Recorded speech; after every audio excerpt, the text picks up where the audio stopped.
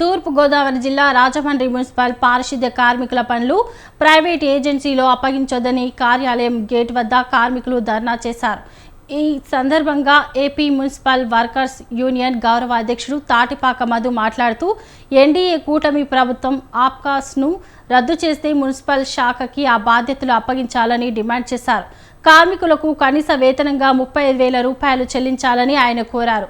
Private ఏజెన్సీలకు పారిశుద్ధ్యం పనులు అప్పగించవద్దని మధు అన్నారు.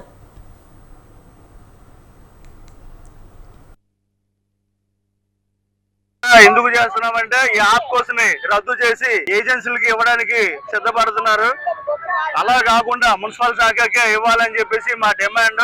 అలాగే మున్సిపల్ కార్మికులకి సరెండర్ లీవ్లు కూడా ఇప్పటి వరకు కూడా అధిగత లేని సమావేశం జరుగుతున్నది. కాబట్టి వాళ్ళకు కూడా తొందరగా ఇవ్వాలని ఈ ధర్నా కార్యక్రమం ద్వారా తెలియజేసుకుంటున్నాం. అలాగే ఈ ఎవరో వస్తారు ఏదో చేస్తారు అని చెప్పేసి మేము కూడా ప్రభుత్వాన్ని గెలిపించడం జరిగింది. కానీ వచ్చిన తర్వాత కూడా తిప్పినట్టుగా ఉంది.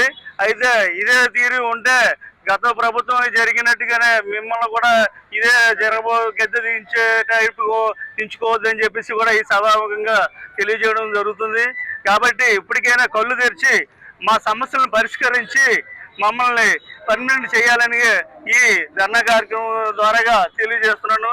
ఇట్లు సంగిరెడ్డి వెంకటరమణ, ఏఐటీయూసీ జిల్లా కమిటీ అధ్యక్షుడు. ఈ రోజు రాష్ట్ర వ్యాప్తంగా అన్ని జిల్లాల్లో కూడా మున్సిపల్ ధర్నాలు జరుగుతున్నాయి. ప్రధానంగా మొన్న జరిగిన కేబినెట్ సమావేశంలో ఆప్కాస్ విధానాన్ని రద్దు చేయాలని కోరారు. కానీ చంద్రబాబు నాయుడు గారు ఆప్కాస్ విధానం రద్దు చేసి మరలా బడా కార్పొరేట్ కాంట్రాక్ట్ వ్యక్తులకు ఇవ్వాలని చూస్తున్నారు.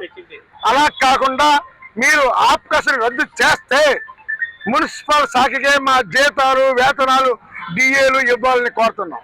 రెండోది, లోకేష్ బాబు గారు చంద్రబాబు నాయుడు గారు ఒక హామీ ఇచ్చారు.